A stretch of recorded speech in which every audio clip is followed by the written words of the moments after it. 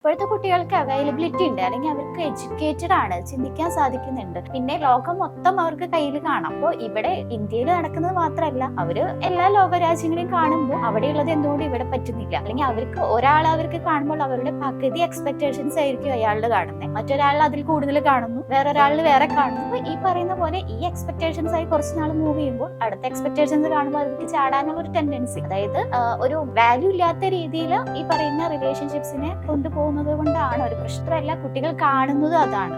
ഇപ്പൊ വീട്ടിലുള്ള അച്ഛനും അമ്മയും സ്നേഹിക്കുന്നത് കാണാൻ പറ്റുന്നില്ല അല്ലെ, അപ്പൊ അവർക്ക് വിചാരിച്ചു വെക്കുന്നത് ഇങ്ങനെ ഇതല്ല ഇവിടെ കാണുന്നതല്ല ഇഷ്ടം, സ്നേഹം, അല്ലെങ്കിൽ ഇതല്ല ഫാമിലി ലൈഫ്, വേറെ എന്താണെന്നാണ് മനസ്സിലാക്കി വരുന്നത്. മാത്രമല്ല, നമ്മൾ കുറച്ചൊക്കെ കുട്ടികളുടെ കേസസ് ഒക്കെ എടുത്തിട്ടുള്ള ഒരു ടീനേജ് ഇഷ്യൂല് ഏറ്റവും കൂടുതൽ ഞാൻ കേട്ടിട്ടുള്ളത്, കുട്ടികളൊന്നും ഒറ്റയ്ക്ക് ഇരുന്നാൽ അല്ലെങ്കിൽ അവരുടെ ഫ്രണ്ട്സുമായിട്ട് സംസാരിച്ചാൽ അവിടെ എന്തോ ഒരു ബോംബ് ഉണ്ടാക്കുന്ന പോലത്തെ കാര്യങ്ങളാണ് ഡിസ്കസ് ചെയ്യുന്നതെന്ന് വിചാരിക്കുന്ന ഫാമിലിയാണ്.